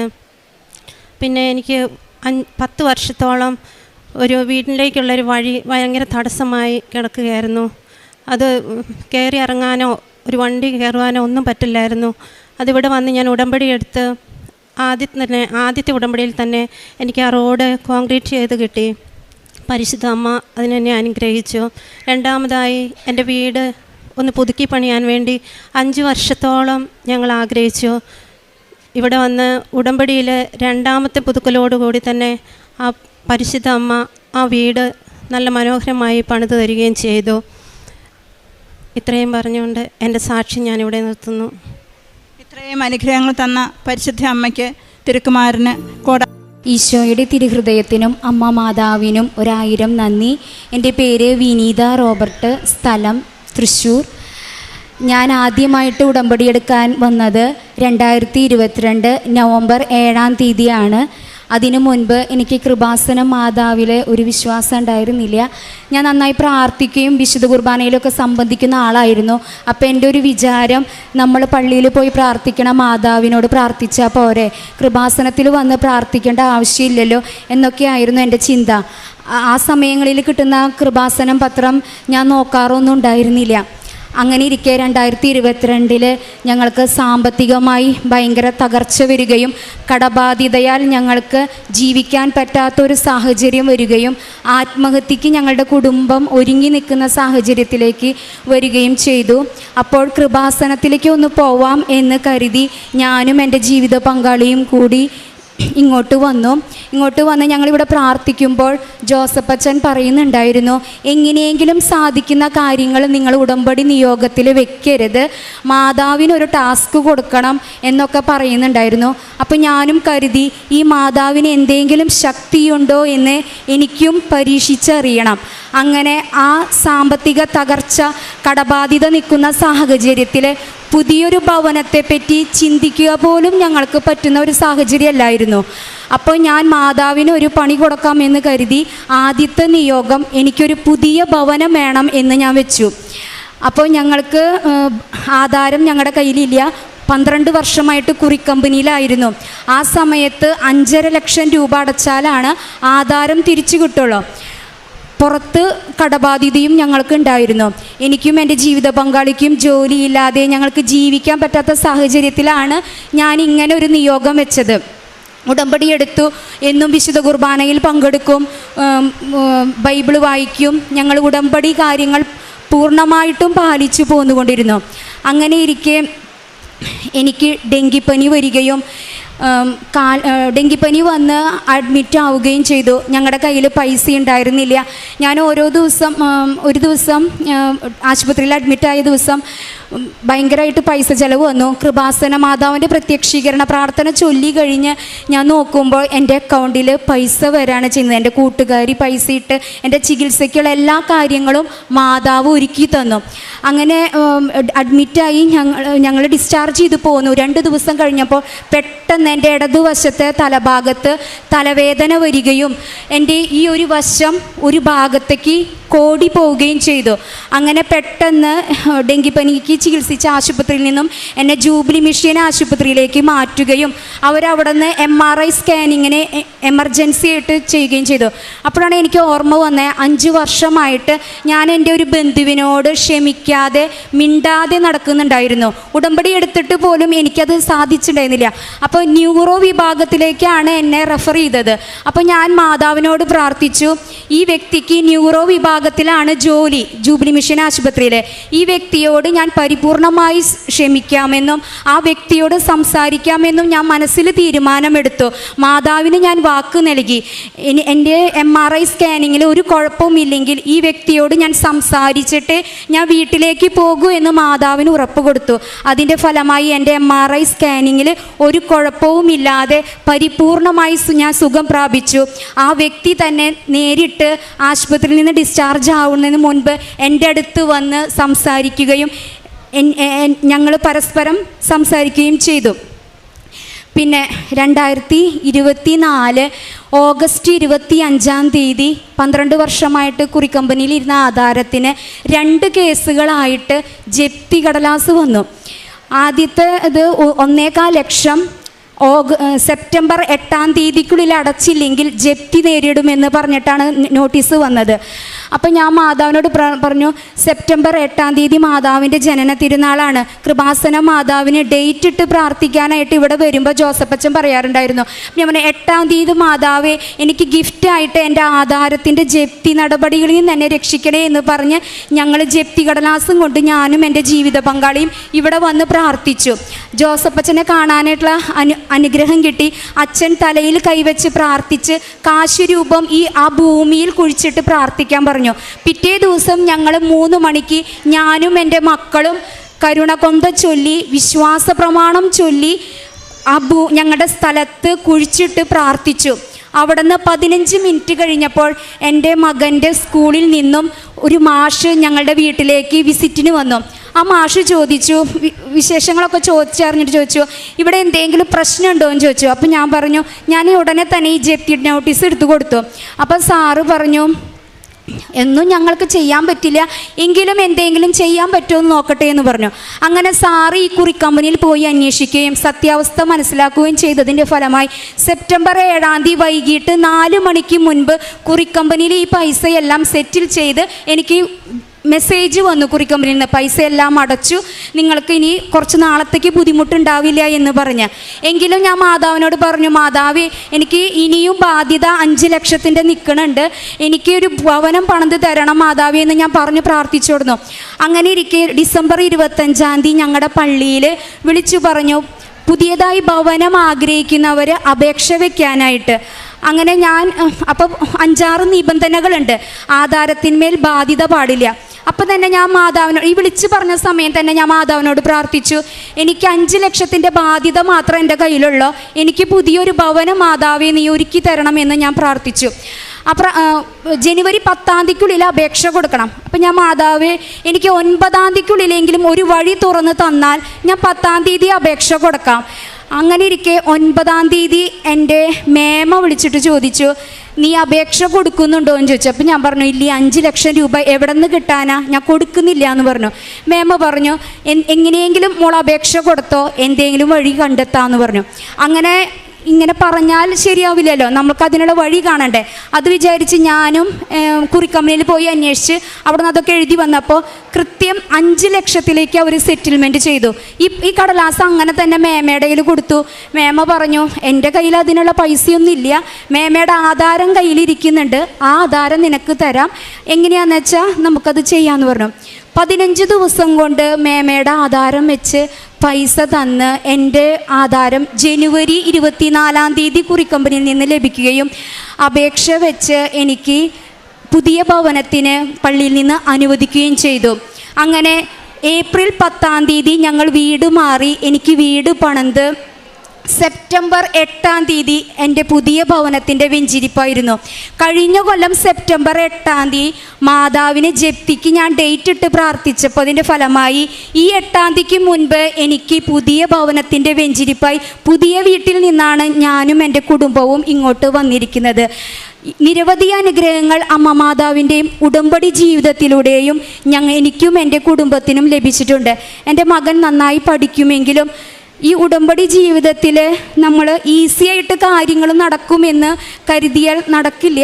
സഹനങ്ങളുടെ തീച്ചൂളയിലൂടെ മരണത്തിൻ്റെ വക്കിലൂടെ കടന്നു പോയപ്പോഴെല്ലാം അമ്മ മാതാവ് രക്ഷിക്കുമെന്ന ബോധ്യത്തിൽ കൃപാസന മാതാവിനോട് പ്രാർത്ഥിച്ചതിൻ്റെ ഫലമായിട്ടാണ് ഇന്ന് ഞങ്ങളുടെ കുടുംബം ഇവിടെ നിൽക്കുന്നത്. എൻ്റെ മകന് സയൻസ് ഗ്രൂപ്പ് +2 99% മാർക്ക് ഉണ്ടായിരുന്നു. എങ്കിലും പഠിപ്പിക്കാൻ യാതൊരു വക നിവൃത്തിയില്ലാതിരിക്കുന്ന സമയത്ത് ഇനി എന്ത് ചെയ്യും മാതാവേ, നന്നായി പഠിച്ചിട്ട് മോനെ എൻട്രൻസിന് ചേരണമെന്ന ആഗ്രഹം. 1,00,000 രൂപയുടെ കോഴ്സാണ്, എങ്ങനെ പഠിപ്പിക്കും, അവന് ബ്രില്യൻറ്റിൽ തന്നെ ചേരണം എന്നുള്ള ആഗ്രഹം പറഞ്ഞു. ഞാൻ പ്രത്യക്ഷീകരണ പ്രാർത്ഥന ചൊല്ലിയിട്ട് മാതാവിനോട് പറഞ്ഞു, എനിക്കൊരു വഴിയില്ല, നീ തന്നെ എങ്ങനെയാണെന്ന് വെച്ചാൽ നടത്തി തരണമേ എന്ന് പ്രാർത്ഥിച്ചു. അതിൻ്റെ ഫലമായി എൻ്റെ ചേടത്തി മുഖാന്തരം ഞങ്ങളുടെ മഠത്തിൽ നിന്ന് മദർ പറഞ്ഞ് എൻ്റെ മകനെ സ്പോൺസർ ചെയ്തു. 1,00,000 രൂപയുടെ കോഴ്സിൽ 60,000 രൂപ ബ്രില്യൻറ്റിൽ നിന്ന് സ്കോളർഷിപ്പ് ലഭിക്കുകയും ബാക്കി 40,000 രൂപ മദർ അടച്ച് എൻ്റെ മകൻ ഇപ്പോൾ പാലാ ബ്രില്യൻറ്റിൽ ഹോസ്റ്റലിൽ നിന്ന് പഠിക്കുന്നു. നിരവധി അനുഗ്രഹങ്ങൾ, കൊച്ചു കൊച്ചു അനുഗ്രഹങ്ങളും ഈ ഉടമ്പടി ജീവിതത്തിലൂടെ എനിക്കും എൻ്റെ കുടുംബത്തിനും കിട്ടി. ഞങ്ങൾ മറ്റുള്ളവരോട് ഉടമ്പടിയുടെ കാര്യങ്ങളും കൃപാസന മാതാവിനെ പറ്റി പറയുമ്പോൾ എന്നെ പലവട്ടം കളിയാക്കി ചോദിച്ചിട്ടുണ്ട്, ഇത്രയധികം നിനക്ക് പ്രാർത്ഥിച്ചിട്ടും നിനക്ക് എൻ്റെ ഒരു ജോലി ശരിയാവാത്തേന്ന്. ഇതിനിടയിൽ 2022 മുതൽ 2025 വരെയുള്ള കാലഘട്ടത്തിൽ ഞാൻ 3 സ്ഥാപനങ്ങളിൽ ജോലിക്ക് പോയി. സാലറിയുടെ പ്രശ്നം കൊണ്ടും ആ സ്ഥാപനത്തിൽ ലാഭത്തിലല്ലാത്തത് കൊണ്ട് പലവിധ കാരണത്താൽ ഞാൻ അവിടെ നിന്ന് 2 മാസം 3 മാസം കഴിയുമ്പോൾ തിരിച്ച് വീട്ടിലേക്ക് തന്നെ പോന്നു. അപ്പോൾ ഇതിനിടയിൽ എന്നോട് ഇങ്ങനെ ഒരാൾ കളിയാക്കി ചോദിച്ചു, ഇത്രയൊക്കെ അനുഗ്രഹം നിനക്ക് കിട്ടിയെന്ന് പറയണോ, എൻ്റെ ജോലി മാത്രം കിട്ടാത്തതെന്ന്. അപ്പം ഞാൻ തിരിച്ച് മറുപടി പറഞ്ഞു, എൻ്റെ മാതാവിനറിയാം തക്ക സമയത്ത് എന്താണ് എൻ്റെ ജീവിതത്തിൽ വേണ്ടതെന്ന്. അതിൻ്റെ ഫലമായി ജൂൺ 16 യാതൊരുവിധ ക്വാളിഫിക്കേഷനും ഇല്ലാതിരുന്നിട്ടും ദുബായ് കമ്പനിയുടെ ജോലി ഓൺലൈനായിട്ട് വർക്ക് ഫ്രം ഹോമായിട്ട് നല്ലൊരു സാലറിയോടെ ഞാൻ വീട്ടിലിരുന്ന് ജോലി ചെയ്യുന്നു. 3 മാസമായി ശമ്പളം പറ്റി. ഇത്രയധികം അനുഗ്രഹങ്ങൾ നൽകിയ കൃപാസന മാതാവിനും ഈശോയുടെ തിരുഹൃദയത്തിനും 1000 നന്ദി പറയുന്നു. കൃപാസനം പത്രം വിതരണം ചെയ്യാറുണ്ട്. ഞങ്ങൾക്ക് സാമ്പത്തികമായിട്ട് സഹായിക്കാൻ പറ്റിയില്ലെങ്കിലും ഞങ്ങളുടെ കുടുംബ സമ്മേളന യൂണിറ്റിൽ ഞാൻ പറഞ്ഞിട്ട് ഓരോ വ്യക്തികളോടും പൊതിച്ചോറ് വാങ്ങിച്ച് ഞാനും എൻ്റെ ചേച്ചിയും തൃശ്ശൂർ ശക്തൻ മാർക്കറ്റിൻ്റെ ഭാഗത്ത് ഇരിക്കുന്ന അനാഥർക്ക് കൊണ്ടുപോയി കൊടുക്കാറുണ്ട്. പിന്നെ രോഗികളെ സന്ദർശിച്ച് പ്രാർത്ഥിക്കാറുണ്ട്. മരണം സംഭവിച്ച വീടുകളിൽ ഞങ്ങൾ പോയി പ്രാർത്ഥിക്കും. പിന്നെ പള്ളികളിലെ എല്ലാ സഹായങ്ങൾക്കും ഞങ്ങൾ സേവനം ചെയ്യാറുണ്ട്. ഇതൊക്കെയാണ് കാരുണ്യ പ്രവൃത്തികൾ. എല്ലാ അനുഗ്രഹങ്ങൾക്കും അമ്മ മാതാവിനും ഈശോയുടെ തിരുഹൃദയത്തിനും 1000. ഞാൻ ആദ്യമായി ഉടമ്പടി എടുത്തത് 2024 ജൂൺ 7 ആദ്യത്തെ ഉടമ്പടിയിൽ ഞാൻ എഴുതിയ ഒരു നിയോഗമാണ് എൻ്റെ ആക്ടിവിറ്റി പോയിൻ്റ് 100 തികച്ച് തരിക എന്നത്. ഞാൻ സർട്ടിഫിക്കറ്റൊക്കെ എക്സ്ട്രാ കരിക്കുലർ ആക്ടിവിറ്റീസിൻ്റെ സർട്ടിഫിക്കറ്റൊക്കെ കൊടുത്തെങ്കിൽ 100 തികയ്ക്കാനുള്ള കൊടുത്തെങ്കിലും അതൊന്നും സൈറ്റിൽ കയറിയിട്ടില്ലായിരുന്നു. 100 തികഞ്ഞിട്ടില്ല. 100 തികഞ്ഞാലേ ഉള്ളൂ നമുക്ക് ബിടെക് എക്സാം പാസ്സായാലും ബിടെക്കിൻ്റെ സർട്ടിഫിക്കറ്റ് കിട്ടത്തുള്ളായിരുന്നു. അപ്പം അത് കൊടുത്തിട്ടും സാർ സബ്മിറ്റ് ചെയ്തിട്ടും അത് യൂണിവേഴ്സിറ്റിയുടെ സൈറ്റിൽ വന്നിട്ടില്ലായിരുന്നു. അപ്പം ഞാൻ എക്സാമൊക്കെ കഴിഞ്ഞപ്പം ഉടനെയാണ് ഉടമ്പടി എടുത്തത്. അന്നേരം നിയോഗമായിട്ട് അതും എഴുതിയിട്ടുണ്ടായിരുന്നു. അത് ഉടമ്പടി എടുത്തു കഴിഞ്ഞപ്പോഴത്തേക്കും റിസൾട്ട് വരുന്നതിന് തൊട്ട് മുമ്പായിട്ട് അത് 100 തികച്ച മാതാവ് തന്നു. അത് കഴിഞ്ഞ് ആദ്യത്തെ പ്രാവശ്യം ഉടമ്പടി സെപ്റ്റംബർ പുതുക്കിയതിന് ശേഷം ഞാൻ ആദ്യത്തെ സാക്ഷ്യം പറഞ്ഞു. അതെൻ്റെ ആക്സിഡൻറ്റിൽ നിന്ന് എന്നെ മാതാവ് അത്ഭുതകരമായി രക്ഷിച്ചതിനെ പറ്റിയായിരുന്നു. അത് കഴിഞ്ഞ് ആ സാക്ഷ്യത്തിന് ശേഷമാണ് ഞാൻ IELTS എഴുതാൻ ഒക്ടോബർ 1 പോയത്. വെറും 1 മാസത്തെ ഓൺലൈൻ കോച്ചിങ് മാത്രമേ എടുത്തിട്ടുണ്ടായിരുന്നുള്ളൂ. പോക്കറ്റിൽ ഉടമ്പടി ഉപ്പ് ഇട്ടുകൊണ്ട് പോവുകയും അവിടെ ചെന്ന് ഇരുന്ന ടേബിളിൽ ഉടമ്പടി ഉപ്പ് വിതറി പ്രാർത്ഥിക്കുകയും ചെയ്തിട്ടാണ് എക്സാം അറ്റൻഡ് ചെയ്തത്. അങ്ങനെ ഏത് രാജ്യത്ത് വേണമെങ്കിലും പഠിക്കാൻ പോകാവുന്ന മാത്രം മാർക്ക് തന്ന് 7 സ്കോർ തന്ന് മാതാവ് സഹായിച്ചു. അത് കഴിഞ്ഞ് പഠിക്കാൻ പോകാനായിട്ട് സാമ്പത്തിക ബുദ്ധിമുട്ടായത് കാരണം, പുറത്തേക്ക് പോകാൻ സാമ്പത്തിക ബുദ്ധിമുട്ടായത് കാരണം ഇവിടെ തന്നെ ജോലി നോക്കാമെന്ന് വിചാരിച്ചു. പക്ഷേ കുറേ സ്ഥലത്ത് അപ്ലൈ ചെയ്തെങ്കിൽ എല്ലായിടത്തു നിന്നും റിജക്ഷനാണ് വന്നത്. അങ്ങനെ ഇരിക്കെ ഇയർ ഗ്യാപ്പ് ആയത് കാരണം ഇയർ ഗ്യാപ്പ് വരാതിരിക്കാൻ എറണാകുളത്തൊരു കോഴ്സ് പഠിക്കാമെന്ന് വിചാരിച്ചു. അപ്പോൾ അതിന് പൈസ ഇല്ലായിരുന്നു. അപ്പം മാതാവിനോട് പ്രാർത്ഥിച്ച് അമ്മയ്ക്ക് മാതാവ് പൈസ റെഡിയാക്കി കൊടുത്തു. അമ്മയുടെ LIC നേരത്തെ എടുക്കാൻ സാധിച്ചു. അതുപോലെ IELTS-ന് പൈസ, കോച്ചിങ്ങിനും എക്സാമിൻ ഫീസിനും പൈസ ഇല്ലാഞ്ഞിട്ട് അമ്മയാണെങ്കിൽ അമ്മയുടെ വസ്തുവിലുള്ള മരങ്ങളിൽ കൊണ്ടുപോയി മാതാവിൻ്റെ ഉടമ്പടി ഉപ്പ് കൊണ്ടുപോയി വെച്ച് തേച്ച് കുരിശ് വരച്ച് വിശ്വാസപ്രമാണം ചൊല്ലി പ്രാർത്ഥിച്ചതിൻ്റെ ഫലമായിട്ടാണ് IELTS-നുള്ള കോച്ചിങ്ങിനും എക്സാമിനുള്ള ഫീസിനുള്ള പൈസ മാതാവ് ആ മരം വിറ്റ് വഴി റെഡിയാക്കി തന്നത്. അതുപോലെ തന്നെയാണ് എറണാകുളത്തെ കോഴ്സിനും വേണ്ടി പൈസ റെഡിയാക്കാതിരുന്നപ്പം ഞാനും അമ്മയും പ്രാർത്ഥിച്ചതിൻ്റെ ഫലമായിട്ട് കറക്റ്റായിട്ട് ആ കോഴ്സിന് വേണ്ട കറക്റ്റ് പൈസ അമ്മയ്ക്ക് LIC നേരത്തെ കിട്ടി. അങ്ങനെ റെഡിയാക്കി തന്നു. അത് കഴിഞ്ഞ് ഈ എറണാകുളത്തെ കോഴ്സ് പഠിച്ചുകൊണ്ടിരിക്കുന്നതിൻ്റെ ഇടയ്ക്ക് പിന്നെ ഒരു അറിവ് കിട്ടി, ഇങ്ങനെ ജർമ്മനിയിൽ IELTS മതി, അതുപോലെ 6.5 മതി, അതുപോലെ തന്നെ പിന്നെ ഫീസ് വേണ്ട, ഫീസ് ഗവൺമെൻറ് പബ്ലിക് യൂണിവേഴ്സിറ്റിയിലാണെങ്കിൽ ഫീസ് വേണ്ട, അങ്ങനെ പഠിക്കാമെന്ന് അറിവ് കിട്ടി. അങ്ങനെ അതിനു വേണ്ടി അപ്ലൈ ചെയ്തു. ഏപ്രിൽ മാസം ഏജൻസീനെ സമീപിച്ചു. അന്നേരം ജർമ്മനിയിൽ അപ്ലൈ ചെയ്യുകയാണെങ്കിൽ APS സർട്ടിഫിക്കറ്റ് എന്ന് പറയുന്ന ഒരു സർട്ടിഫിക്കറ്റ് വേണം. അതായത് നമ്മുടെ അക്കാഡമിക് ഡോക്യുമെൻറ്റ്സൊക്കെ ജെനുവിൻ ആണെന്ന് ജർമ്മൻ ഗവൺമെൻറ് സർട്ടിഫൈ ചെയ്യുന്ന സർട്ടിഫിക്കറ്റ് ആയിരുന്നു അത്. അപ്പോൾ അതിന് അപ്ലൈ ചെയ്താൽ മിനിമം 2 മാസമെങ്കിലും എടുക്കുമെന്ന് പറഞ്ഞായിരുന്നു. അന്നേരത്തേക്കും മാതാവിനോട് പ്രാർത്ഥിച്ചതിൻ്റെ ഫലമായി ഉടമ്പടി നിബന്ധനകളും ഒക്കെ പാലിച്ചതിൻ്റെ ഫലമായിട്ട് മാതാവ് 1 മാസം കൊണ്ട് തന്നെ APS റെഡിയാക്കി തന്നു. കൃത്യം 1 മാസം, മെയ് മാസം ആയപ്പം APS റെഡിയാക്കി തന്നു. അപ്ലൈ ചെയ്ത് കൃത്യം 1 മാസത്തിൽ തന്നെ തന്നു. അത് കഴിഞ്ഞ് ആ മെയ് മാസം തന്നെ, മാതാവിൻ്റെ ഉണക്കമാസം തന്നെ യൂണിവേഴ്സിറ്റിക്ക് അപ്ലൈ ചെയ്തു.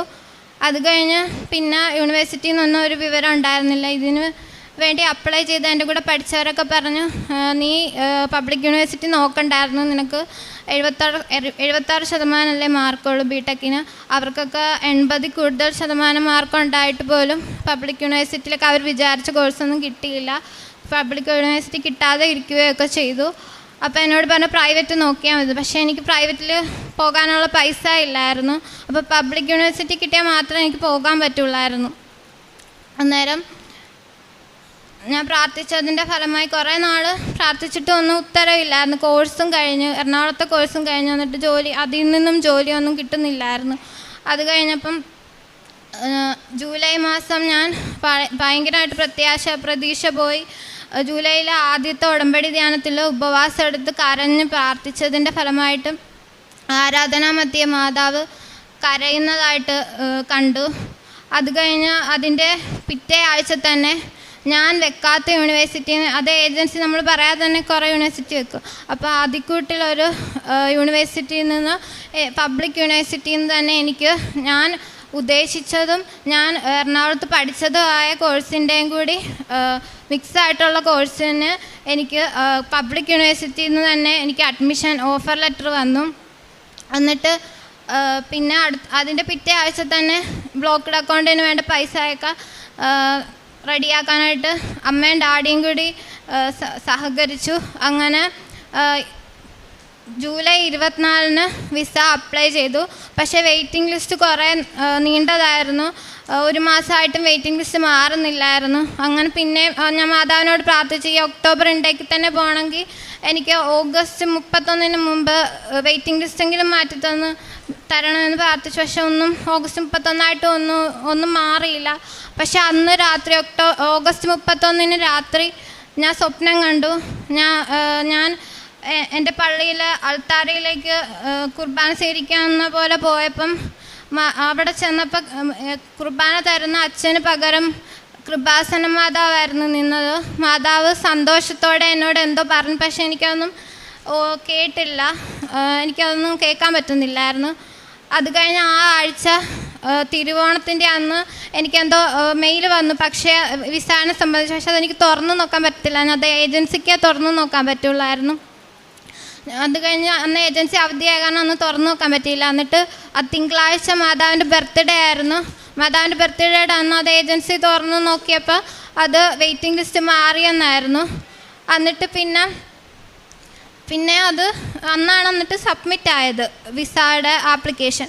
അത് കഴിഞ്ഞ് ആ ആഴ്ച തന്നെ വെള്ളിയാഴ്ച എനിക്ക് അപ്പോയിൻമെൻറ്റ് വിസ ഇൻ്റർവ്യൂവിനുള്ള ഡേറ്റ് എടുക്കാൻ 15-ാം തീയതി തന്നെ എനിക്ക് വിസ ഇൻ്റർവ്യൂവിന് ഡേറ്റ് കിട്ടി, അപ്പോയിൻമെൻറ്റ് കിട്ടി. 15-ാം തീയതി വിസ ഇൻ്റർവ്യൂ കഴിഞ്ഞാൽ മാത്രമേ ഉള്ളൂ ഒക്ടോബർ ഇൻടേക്കിലേക്ക് വരാവുള്ളൂ എന്നാണ് യൂണിവേഴ്സിറ്റിയിൽ നിന്ന് അറിയിപ്പ് കിട്ടിയിട്ടുണ്ടായിരുന്നു. കൃത്യം 15-ാം തീയതി തന്നെ മാതാവ് എനിക്ക് അപ്പോയിൻമെൻറ്റിനുള്ള ഡേറ്റ് തന്നു. അത് കഴിഞ്ഞ് 8 മുതൽ 10 ദിവസം ആകും വിസ കിട്ടാനെന്നാണ്, കയ്യിൽ കിട്ടാൻ, വിസ അടിച്ച് പാസ്പോർട്ട് കിട്ടാനെന്നാണ് പറഞ്ഞിരുന്നത്. എനിക്ക് കൃത്യം 9-ാം ദിവസം എനിക്ക് ഒക്ടോബർ 24-ന് എനിക്ക് പാസ്പോർട്ട് കിട്ടി. ഞാൻ പാസ്പോർട്ട് സബ്മിറ്റ് ചെയ്തപ്പോൾ ഞാനൊരു നേരത്തെ ഒരു 1-2 സാക്ഷ്യത്തിൽ അങ്ങനെ കേട്ടിട്ടുണ്ട്. ഒരു ചേച്ചി വിസയ്ക്ക് പാസ്പോർട്ട് സബ്മിറ്റ് ചെയ്തപ്പോൾ ഉടമ്പടി പത്രത്തിൻ്റെ ഒരു കാണാൻ പറ്റാത്ത തരം മുറിച്ചെടുത്ത് പാസ്പോർട്ടിൻ്റെ ഉള്ളിൽ വെച്ചിട്ടാണ് കൊടുത്തത്. പക്ഷേ അതവർ തിരിച്ച് ആ പേപ്പർ കഷ്ണം അവർക്ക് കണ്ടുപിടിച്ച് തിരിച്ച് കൊടുത്തെന്നാണ് പറഞ്ഞത്. അതുപോലെ ഞാനും നൂലിന് പാകത്തിന് കാണാൻ പറ്റാത്ത അത്രയും ചെറുതായിട്ട് ഉടമ്പടി കൃപാസനം പത്രത്തിൻ്റെ ശകലം മുറിച്ച് എനിക്ക് വിസ അടിച്ചു കിട്ടണമെന്ന് ഞാൻ ആഗ്രഹിച്ച പാസ്പോർട്ടിൻ്റെ 6-7 പേജുകളുടെ നടുക്ക് വെച്ച് ആണ് കൊടുത്തത്. ഞാൻ പാസ്പോർട്ട് തുറന്നു നോക്കിയപ്പോൾ 6-7 പേജിൽ വിസ അടിച്ചിട്ടില്ലായിരുന്നു. പക്ഷെ ആ പേപ്പർ അവിടെ തന്നെ ഇരിപ്പുണ്ടായിരുന്നു.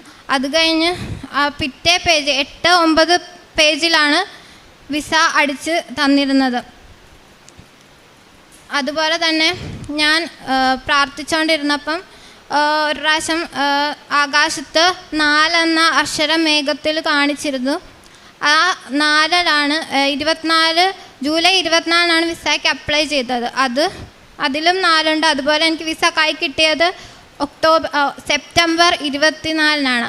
അതിലും 4 ഉണ്ട്. അതുപോലെ തന്നെ എനിക്ക് ടിക്കറ്റിന് ഡേറ്റ് എടുക്കാനായിട്ട് അപ്പം എനിക്ക് ഏത് ദിവസം എടുക്കണമെന്ന് അറിയില്ലാത്തത് കാരണം ഞാൻ ഒക്ടോബർ 4-നാണ് ടിക്കറ്റ് എടുത്തിരിക്കുന്നത്.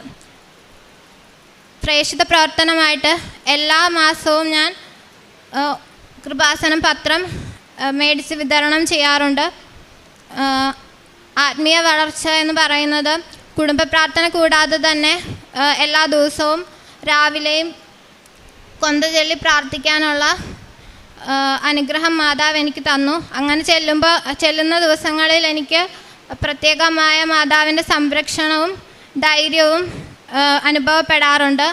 അതുപോലെ തന്നെ പല സന്ദർഭങ്ങളിലും സുഗന്ധാഭിഷേകങ്ങളും ഒക്കെ അനുഭവപ്പെട്ടിട്ടുണ്ട്. ഇത് പറഞ്ഞത് കൂടാതെ പല അനുഗ്രഹങ്ങളും എനിക്ക് കിട്ടിയിട്ടുണ്ട്. കാരുണ്യ പ്രവർത്തനമായിട്ട് അമ്മയുടെ കൂടെ വൃദ്ധസദനം സന്ദർശിക്കാൻ ചെയ്യുമായിരുന്നു. അതുപോലെ തന്നെ കഴിഞ്ഞ അധ്യയന വർഷം വേദപാഠം പഠിപ്പിക്കാനും പോയിട്ടുണ്ട്. ഇത്രയും അനുഗ്രഹം തന്ന മാതാവിനും ഈശോയ്ക്കും ഞാൻ ഒരുപാട് നന്ദി പറയുന്നു. ജെറമിയ പ്രവാചകൻ്റെ അമ്മ മാതാവിനും ഈശോ തിരുക്കുമാരനും കോടാനുകോടി നന്ദി. നമ്മുടെ കർത്താവായ യേശു ക്രിസ്തു മുഖാന്തരം നമുക്ക് വിജയം നൽകുന്ന ദൈവത്തിന് നന്ദി. എൻ്റെ പേര് ജിസ്ന ജോബി. ഞാൻ വരുന്നത് എറണാകുളം ജില്ലയിലെ ഊരക്കാട് എന്ന് പറഞ്ഞ സ്ഥലത്തു നിന്നാണ്, ഇടവകയിൽ നിന്നാണ്. 2024 നവംബർ 10-നാണ് ഞാനിവിടെ ആദ്യമായിട്ട് ഉടമ്പടി എടുക്കുന്നത്. ഉടമ്പടി എടുക്കാനുണ്ടായ കാരണം ജർമ്മനിയിലേക്ക് മാസ്റ്റേഴ്സ് പഠിക്കാൻ പോകുന്നതിന് വേണ്ടിയിട്ടായിരുന്നു. ഇതിനു മുന്നേ കൃപാസനത്തെ പറ്റി ഞാൻ കേൾക്കുകയും അറിയുകയൊക്കെ ഉണ്ടായിരുന്നു.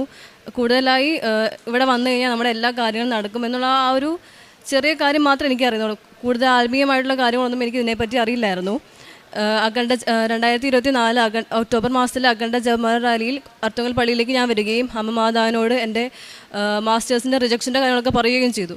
പിന്നീട് ഒരു ചേച്ചി മുഖാന്തരം ജർമ്മനിയിലെ ഒരു ഏജൻറ്റ് വഴി 2025 സമ്മർ ഇൻടേക്കിലേക്കുള്ള പ്രോസസ്സിങ്ങും കാര്യങ്ങളൊക്കെ ഞാൻ ചെയ്യുകയുണ്ടായി. പക്ഷേ അതൊക്കെ റിജക്ഷൻ ആയിരുന്നു. കാരണം ഞാനൊരു കൊമേഴ്സ് ബാക്ക്ഗ്രൗണ്ടാണ്. എനിക്ക് ഇൻ്റർനാഷണൽ മാനേജ്മെൻറ്റ് കോഴ്സിന് തക്കതായ എക്സ്പീരിയൻസോ കാര്യങ്ങളൊന്നും ഇല്ലാത്തതുകൊണ്ട് എല്ലാം റിജക്ഷൻ ആയിരുന്നു വന്നുകൊണ്ടിരുന്നത്. അന്നേരം ഞങ്ങൾ ഉടമ്പടി എടുത്തിട്ട് 75 ദിവസമായിരുന്നു തരുന്നുള്ളൂ. അപ്പോൾ എന്ത് ചെയ്യണമെന്ന് അറിയില്ല. ഇവിടെ വന്ന് അച്ഛനെ കാണണമെന്നുണ്ട്. പക്ഷേ അവിടുത്തെ അവർ പറഞ്ഞു ഉടമ്പടി പുതുക്കാതെ 90 ദിവസം കഴിയാണ്ട് അച്ഛനെ കാണാൻ പറ്റില്ല.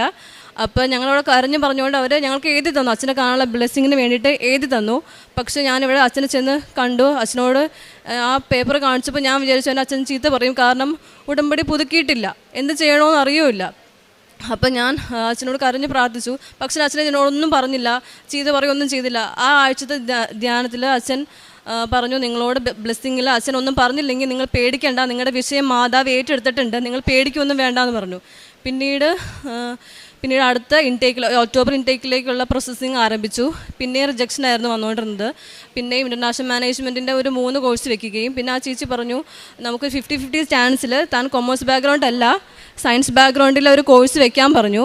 പക്ഷേ കിട്ടാൻ ചാൻസ് ഇല്ല, എന്നാലും വെച്ച് നോക്കാം എന്ന് പറഞ്ഞു. വെച്ചു. പക്ഷേ കോഴ്സൊന്നും കിട്ടിയില്ല.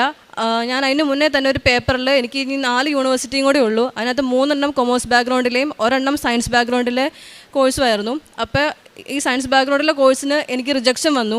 അപ്പോൾ ഞാൻ മാതാവിനോട് പ്രാർത്ഥിച്ചു, എനിക്കെന്താ മാതാവ് ഇങ്ങനെ എല്ലാത്തിനും റിജക്ഷൻ വന്നെ എന്ന് പ്രാർത്ഥിച്ചു. കൂടാതെ എനിക്കൊരു വചനവും കിട്ടി, ഞാൻ നിന്നോട് കൂടെ വരികയും നിനക്ക് ആശ്വാസം നൽകുകയും ചെയ്യും എന്നുള്ള വചനം എന്നെ കൂടുതലായിട്ട് പ്രചോദിപ്പിച്ചു. ഞാൻ അതിനെക്കുറിച്ച് പ്രാർത്ഥിച്ചു.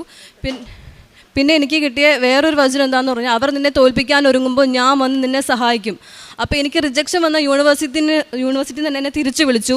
യൂണിവേഴ്സിറ്റി ഓഫർ ലെറ്റർ വന്നിട്ട് ഞാൻ മാതാവിനോട് പ്രാർത്ഥിച്ചു, അമ്മ മാതാവ് എനിക്ക് സുഗന്ധാഭിഷേകം കിട്ടിയില്ല എന്ന് വെച്ചോ, എനിക്ക് മഴവിൽ കണ്ടില്ല എന്ന് വെച്ചോ ഞാൻ പരാതി പറയുമൊന്നുമില്ല. പക്ഷേ ഞാൻ വാശി പിടിക്കും.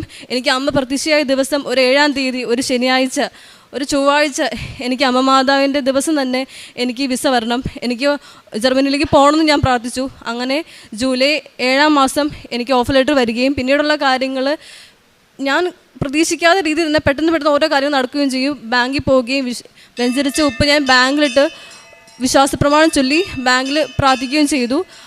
ഞാൻ ബാങ്കിൽ പോകുന്ന ദിവസം ഉപ്പിടാണ്ട് ചെന്ന ദിവസം അങ്ങനത്തെ കാര്യങ്ങളൊക്കെ ഡിലേ ആവുകയും ഉപ്പിട്ട് പ്രാർത്ഥിക്കുന്ന ദിവസങ്ങളെല്ലാം എല്ലാ കാര്യങ്ങളും പെട്ടെന്ന് നടക്കുകയും ചെയ്തു.